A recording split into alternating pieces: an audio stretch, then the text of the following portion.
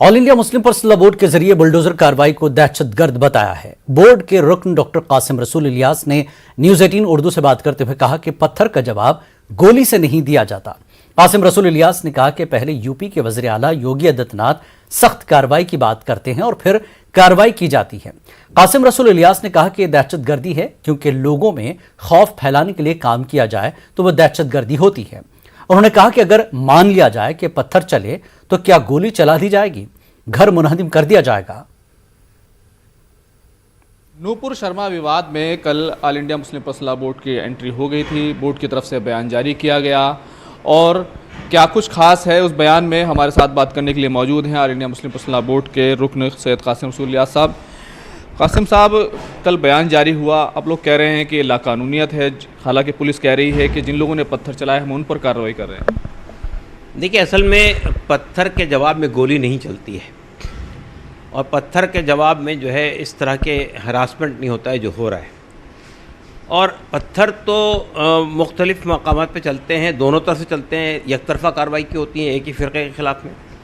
तो हम ये महसूस कर रहे हैं कि इस वक्त में बिलखुसूस जिन रियासतों में बीजेपी की गवर्नमेंट है वहाँ पर ख़ास तौर से मुसलमानों को यूनिलैटरली टारगेट किया जा रहा है और ये कि उनको गिरफ़्तार किया जा रहा है, उन पे सख्त धाराएं लगाई जा रही है, उनके मकानात को ढाया जा रहा है।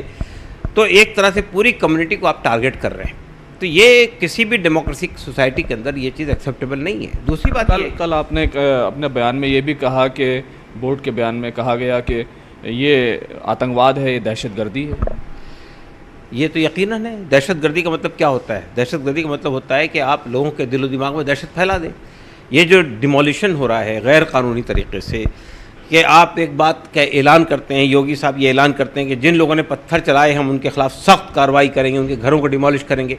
बाद में ये बहाना बनाते हैं कि साहब वो घर इलीगली बनाए हुए थे, परमिशन नहीं ली गई थी, जिसका घर नहीं था उसका घर गिरा दिया गया, जिस पे इल्ज़ाम है वो जेल में बंद है, जिसका उसका घर नहीं है किसी और का घर आपने गिरा दिया जाके। ये सब गैर कानूनी हरकतें हो रही है। इससे क्या आप मैसेज दे रहे हैं? तो ये तो दहशतगर्दी है।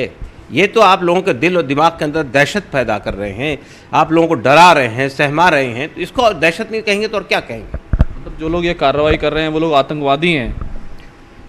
जो कार्रवाई हो रही है वो आतंकवाद है। अब आप उससे लगा लीजिए जो लोग ये कार्रवाई कर रहे हैं वो क्या हो सकते हैं। ये तो बहुत साफ है। ऐसे देखिए, आतंकवाद क्या चीज़ होती है? आतंकवाद का मतलब होता है कि आप पब्लिक के दिल और दिमाग में आतंक बचा दें, फैला दें। क्या ये आप किसी भी कम्युनिटी से, आप मुस्लिम कम्युनिटी से जाके पूछ लीजिए, वो डरी हुई है या नहीं है, वो सहमी हुई है या नहीं है, उसे इस बात का अंदेशा है या नहीं है कि उसके घर को ढा दिया जाएगा।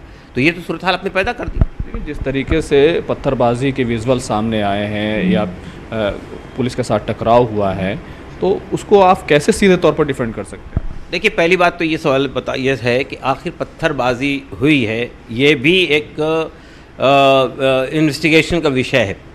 लेकिन अगर हम ये मान भी लें पत्थरबाजी हुई है तो आपको ये सवाल करना चाहिए कि ये पत्थरबाजी क्यों हो रही है।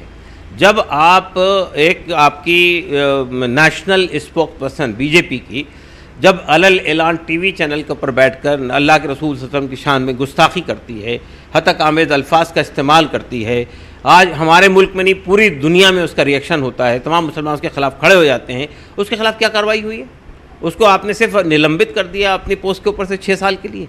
लेकिन आपने ना उसको जेल में भेजा है, ना उसके खिलाफ FIR की गई है। इतना घिनौना इल्ज़ाम लगा हुआ है, उस पर कोई कार्रवाई नहीं होती है। जो लोग उसकी मुखालफत में मुजाहरा करते हैं, मुजाहरा करना, प्रदर्शन करना कानूनी अधिकार है, ये कॉन्स्टिट्यूशनल राइट है लोगों का।